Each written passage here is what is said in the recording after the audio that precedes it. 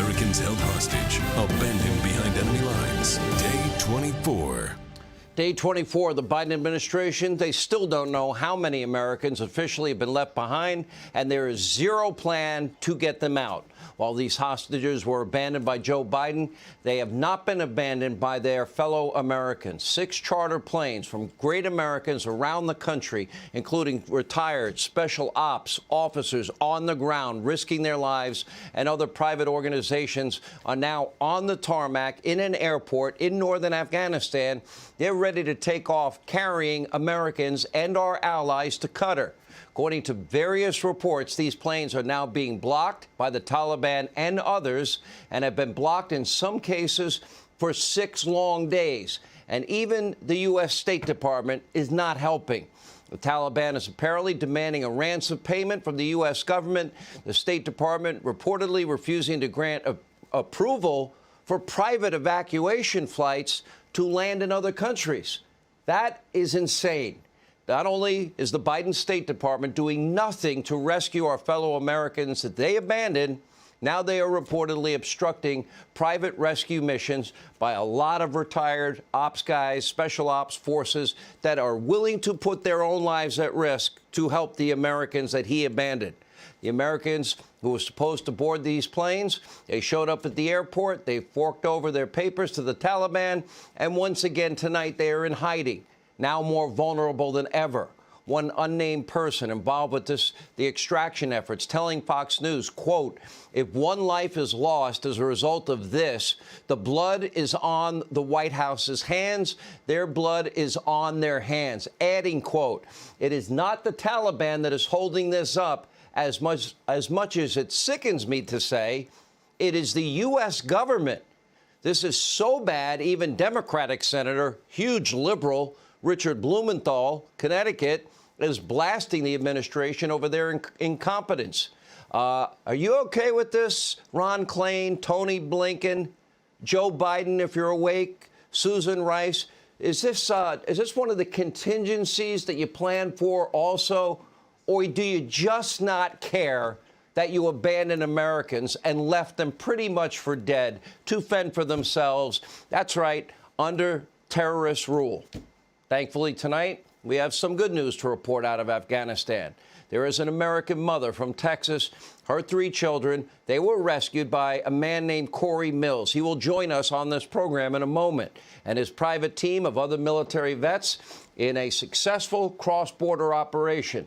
But now, despite having no involvement in the rescue mission, guess what? The Biden administration, they attempted to take credit for something they had nothing to do with. According to the State Department, the United States has facilitated the safe departure of 4 U.S. citizens by overland route from Afghanistan. Now, the organizer of this rescue mission is calling that statement a complete and total lie.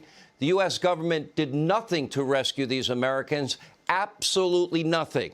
And, of course, Joe Biden doesn't seem to care about any of this, because today, after a long weekend of getting his much-needed rest and relaxation in Delaware, well, Biden toured flood damage in New York and New Jersey. At every stop, he was met by protesters carrying anti-Biden signs, waving Trump flags, and demanding accountability over Afghanistan and more. But according to Joe Biden, no, everybody he thought was happy to see him. The few people that were there. Take a look. None of them were shouting or complaining.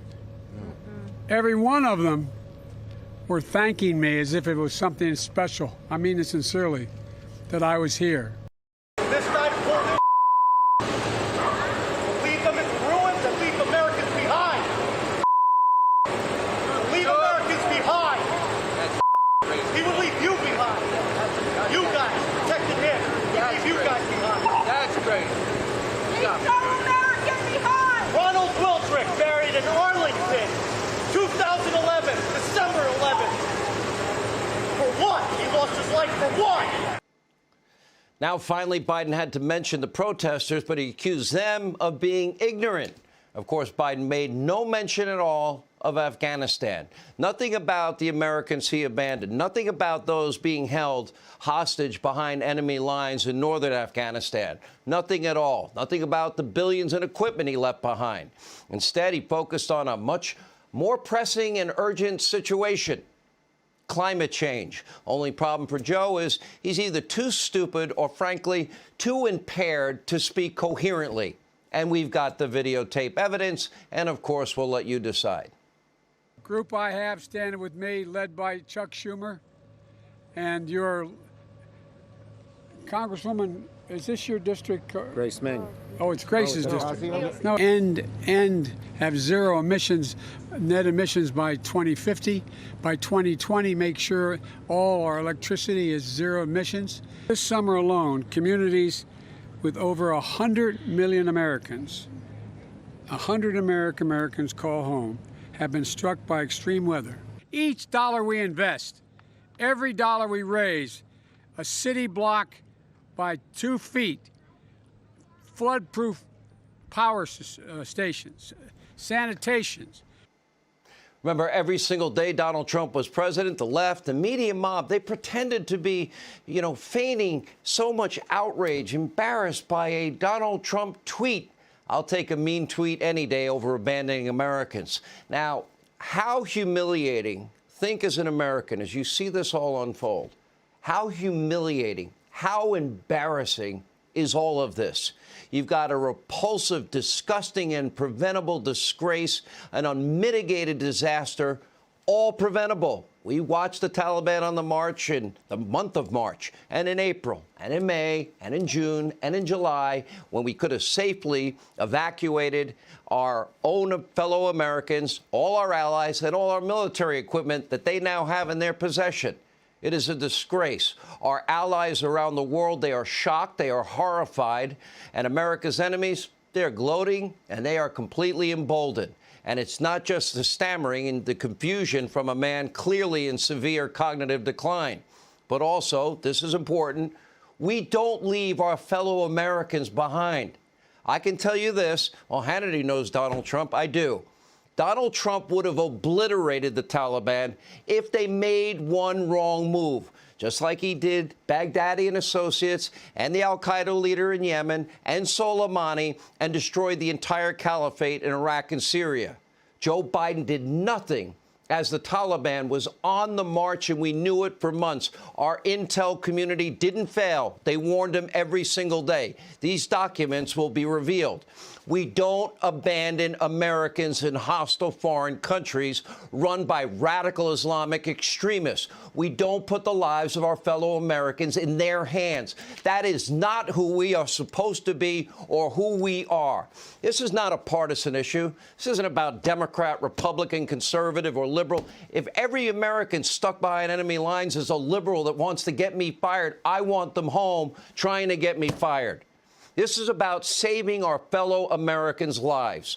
One example, a pregnant woman now in hiding. Why? She got kicked in the stomach by a Taliban fighter while attempting to reach the airport multiple times.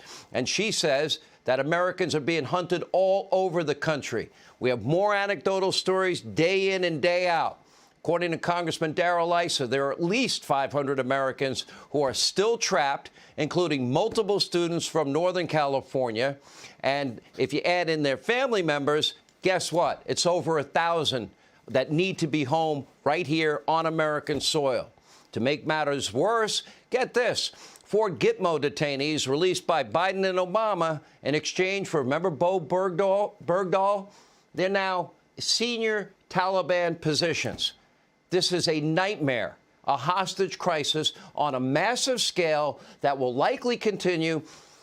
I don't even want to discuss my worst fears here. But think Mogadishu. Think about Daniel Pearl.